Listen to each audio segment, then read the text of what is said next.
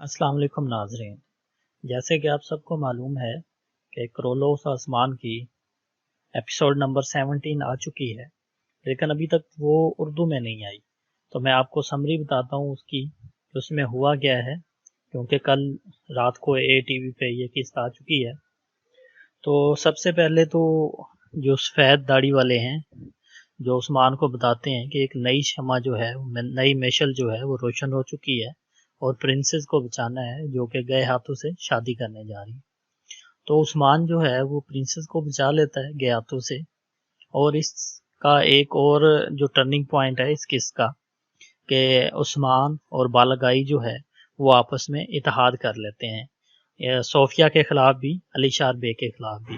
علی شار بے جو ہے اس کا اتحاد اور دشمنی جو ہے وہ اور زیادہ مضبوط ہو جاتی ہے عثمان کے ساتھ، عثمان کے خلاف۔ دندار بے جو ہے وہ علی شار بے کے ساتھ الحاق کر لیتا ہے اور اپنے بیٹے کی قسم کھا کہتا ہے کہ میں عثمان کو قتل کر دوں گا، اس کو نہیں چھوڑوں گا۔ اور یہاں پہ ایک چیز میں اور بتاؤں، جو کئی قبیلے کے دو سرداران ہیں، سہین بے اور ان کے ساتھ دوسرے جو ہیں، وہ بھی دندار بے سے الحاق کر لیتے ہیں۔ زہرہ خاتون اور آئگل جو ہے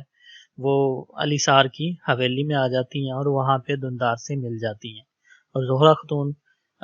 دندار سے کہتی ہیں کہ مجھے اپنے بیٹے کا بدلہ چاہیے۔ اب بالگائی بھی مل گئے ہیں اور عثمان جو ہے انہوں نے شہزادی کو بچا بھی لیا ہے، اور دوسری طرف اورکت جو ہے وہ شہید ہو چکا ہے اور عبد الرحمن کو بچا لیا گیا ہے، لیکن وہ ابھی بے ہوشی کی حالت میں ہے، بامسی بے ان کے پاس ہیں۔ یہ اس پوری قصے کا خلاصہ ہے جو میں نے آپ کو بتا دیا ہے تھوڑی سے ٹائم میں۔